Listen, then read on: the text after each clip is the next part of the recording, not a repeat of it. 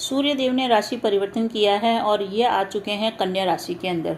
कन्या राशि में आकर सूर्य देव केतु के साथ युति संबंध बन रहे हैं। तो आकाशीय ग्रह मंडल के अंदर सूर्य केतु की युति हो रही है और इस युति के ऊपर दृष्टि है गुरु की और मंगल की।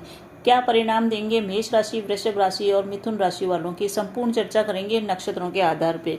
3 नक्षत्रों के अंदर ये विचरण करेंगे, उत्तरा फाल्गुनी, हस्त और चित्रा, जिसमें उत्तरा फाल्गुनी इनका खुद का नक्षत्र है, हस्त चंद्रमा का नक्षत्र है और मंगल का नक्षत्र है चित्रा, जहाँ पे ये अंत में रहेंगे। तो अब चर्चा शुरू करते हैं। सबसे पहले हम बात करेंगे मेष राशि की। वीडियो आपको पसंद आए तो कमेंट में जय श्री राम आप अवश्य ही लिखिए। मेष राशि मंगल प्रधान राशि है और मंगल की दृष्टि के अंदर ही सूर्यदेव चल रहे हैं। आपके सूर्यदेव जो आ रहे हैं कन्या राशि के अंदर आ रहे हैं, तो कन्या राशि पड़ती है आपके छठे घर के अंदर। छठा घर होता है हमारे रोगों का, ऋण का और शत्रुओं का। तो इनसे संबंधित ही आपको रिजल्ट मिलेंगे। और सूर्यदेव आपके कहाँ के लॉर्ड हैं? ये आपके संतान घर के मालिक हैं, आपके प्रेम प्यार के घर के मालिक हैं, आपके एजुकेशन के मालिक हैं। तो इन सब के मालिक होके छठे घर में आ रहे हैं, रोग ऋण शत्रु के घर में। यानी कि छठे घर में जो भी ग्रह आता है वो शुभ परिणाम दे, ये संभव नहीं है, परंतु सूर्य यहाँ के आकर के बहुत ही शुभ परिणाम देते हैं। केतु से युति कर रहे हैं, इस कारण से जितने भी जातक हैं उनके अंदर थोड़ा सा डिटैचमेंट की भावना रहेगी। मेष राशि वालों के अंदर सब कुछ उनको मिलेगा, सब कुछ के लिए प्रयास करेंगे और आखिर में उनका सभी चीज़ों से मोह भंग हो जाएगा और वो डिटैच रहेंगे, परिवार के अंदर डिटैच रहेंगे। कहने का मतलब यह है कि दुनियादारी के अंदर वो काफ़ी सामाजिक रहेंगे, काफ़ी सोशल रहेंगे, लोगों का कल्याण करेंगे, भला करेंगे, आध्यात्म से जुड़ेंगे, परंतु घर में आके उनको अकेलापन भाएगा, उनको अकेलापन अच्छा लगेगा, उनको लगेगा कि वो ज़्यादा किसी से बातचीत न करें। अब सूर्य देव जो आपके आ रहे हैं यहाँ पे केतु के संग भी मिल रहे हैं और मंगल की दृष्टि में है, इस कारण से आपको अपने चोट चपेट का मेष राशि वालों को ध्यान रखना है। किसी भी तरह की आप यात्रा कर रहे हैं तो यात्रा में भी सावधानी रखें, क्योंकि शारीरिक पीड़ा इस समय हो सकती है, कोई चोट लग जाए या कोई आपको एक्सीडेंट का खतरा है। जिन लोगों को हार्ट से संबंधित प्रॉब्लम है उनको भी इस समय ध्यान रखना चाहिए। मेष राशि वालों के लिए सूर्यदेव जो 6 भाव में आएंगे, 6 भाव में आकर ये आपके पुरुषार्थ में वृद्धि करेंगे, आपके ज्ञान से काम बनाएंगे आपके, क्योंकि ये शिक्षा भाव के मालिक हैं, आपके ज्ञान के, बुद्धि विवेक के मालिक हैं। इस कारण से आपके ज्ञान में वृद्धि होगी। आपका इस समय आध्यात्मिक विकास हो सकता है। आप ज्ञान बढ़ाने के लिए कई तरह की पुस्तकें पढ़ेंगे और आपकी निर्णय क्षमता इस समय थोड़ी सी प्रभावित हो सकती है। आपको कर्ज से और शत्रुओं से बच के चलना चाहिए। कर्ज और शत्रुओं से आप दोनों से परेशान रह सकते हैं।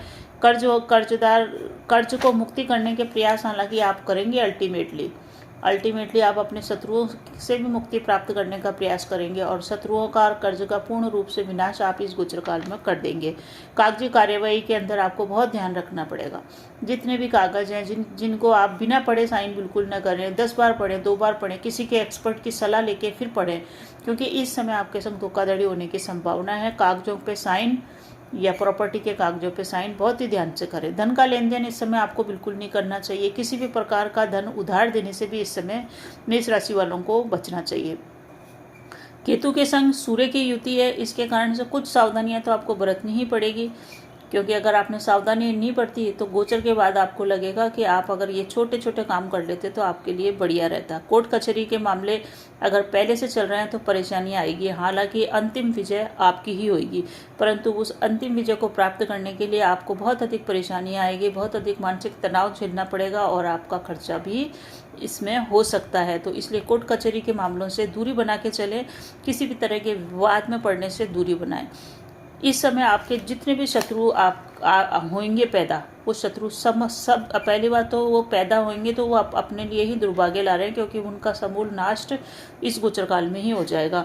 आप बहुत ही उग्र कदम शत्रुओं को समाप्ति करने के लिए उठा सकते हैं और इतने ज़्यादा उग्र कदम उठाने के कारण आपका थोड़ा सा आत्मबल कमजोर होएगा, मानसिक तनाव आपको रह सकता है। इसलिए शत्रु स्वतः ही नष्ट हो जाएंगे अगर आपने नहीं किया तब भी, क्योंकि राहु की दृष्टि के अंदर है ये केतु।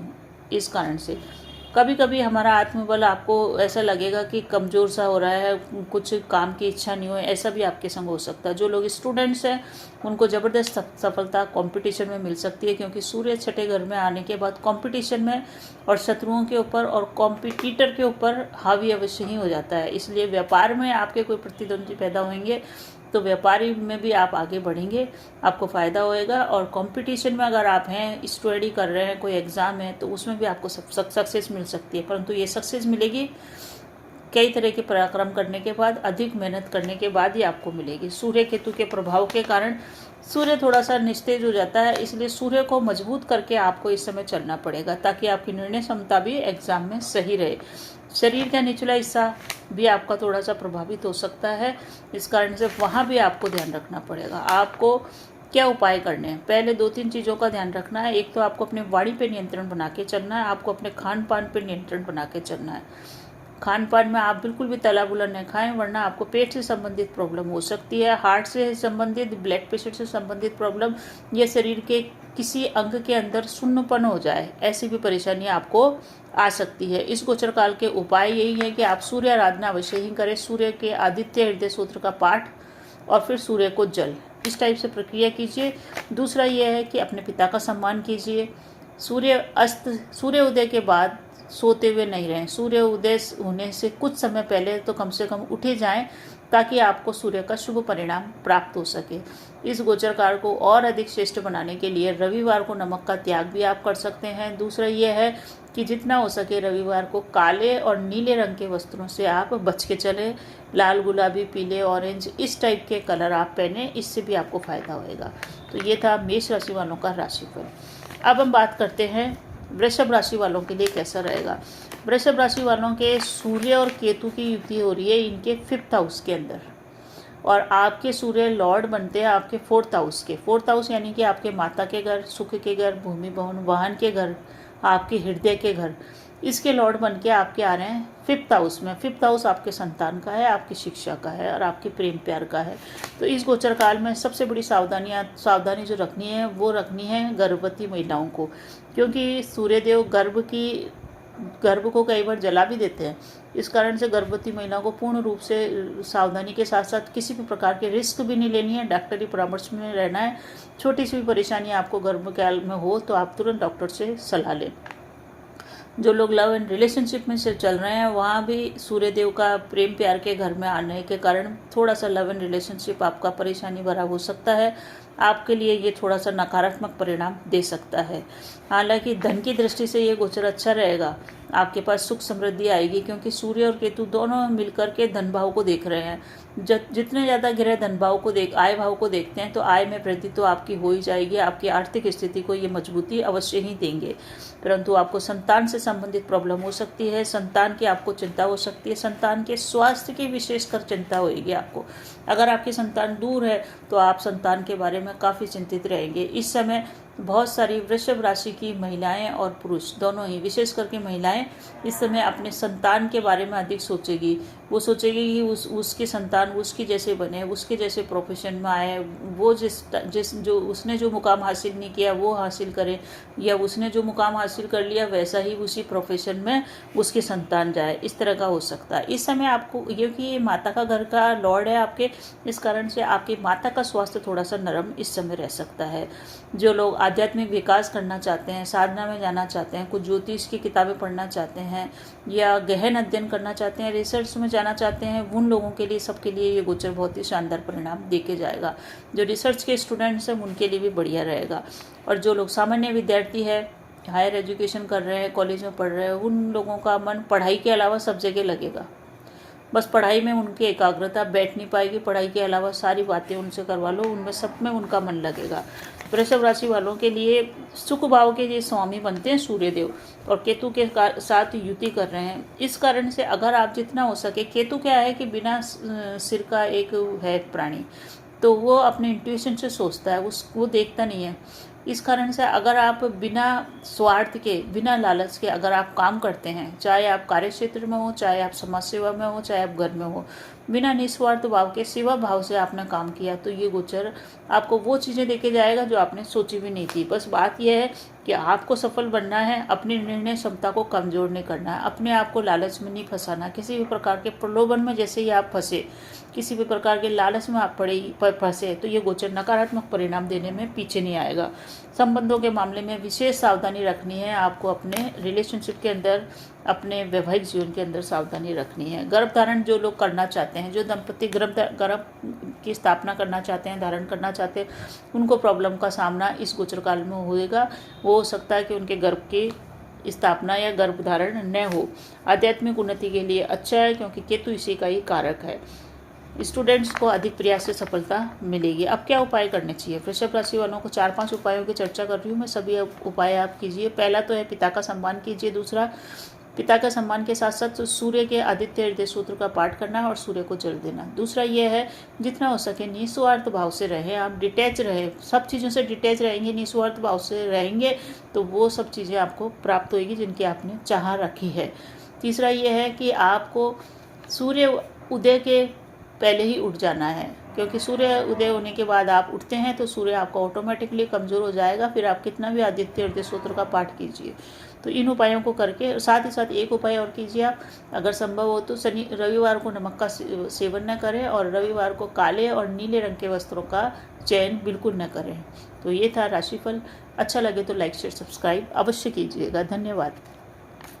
बात करते हैं मिथुन राशि। मिथुन राशि बुध प्रधान राशि है और बुध प्रधान राशि के अंदर ही सूर्यदेव आ रहे हैं और इनकी युति हो रही है केतु के साथ। सूर्य आपकी कुंडली को देखें तो आपके 5वें घर के मालिक बनते हैं और साथ ही साथ ये आ रहे हैं 4th हाउस के अंदर। 4th हाउस होता है हमारे माँ का, हमारे सुखों का, हमारी प्रॉपर्टी का। तो मिथुन राशि वालों को 3-4 सावधानियां इस गोचर काल में रखनी पड़ेगी। पहले तो मैं सावधानियों की चर्चा कर दूं कि ये प्रॉपर्टी का घर के अंदर आ रहे हैं और इस कारण से आपको प्रॉपर्टी को बेचने या खरीदने का कार्य इस गोचर काल में नहीं करना चाहिए। वहाँ पे धोखाधड़ी होने की संभावना है। किसी भी प्रकार के लीगल डॉक्यूमेंटेशन या प्रॉपर्टी के कागज़ पे साइन कर रहे हैं तो बहुत ही सोच समझ के करें।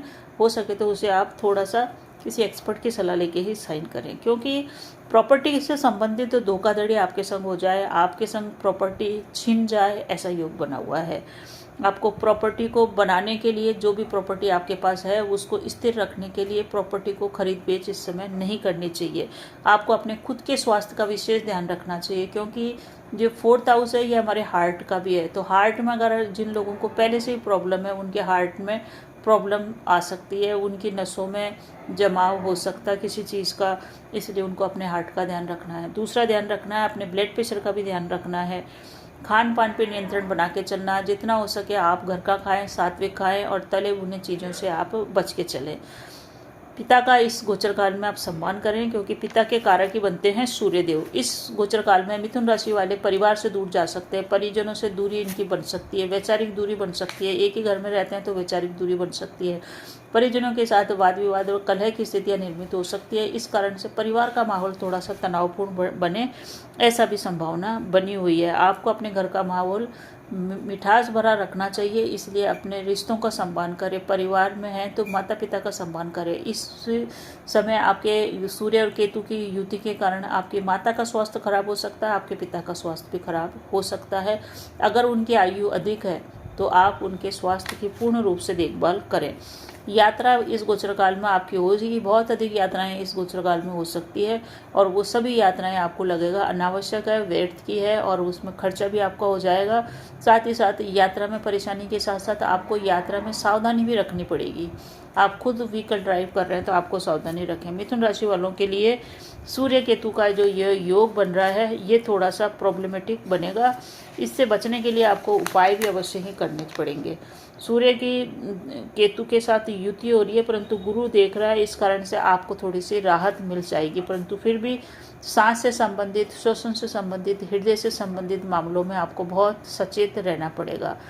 बिजली के उपकरण हैं उनका अगर आप प्रयोग कर रहे हैं तो बहुत ही सावधानी के साथ करें। अग्नि का प्रयोग कर रहे हैं तो सावधानी के साथ करें। इस गोचर काल में बिजली के उपकरण का खराब होना भी संभव है।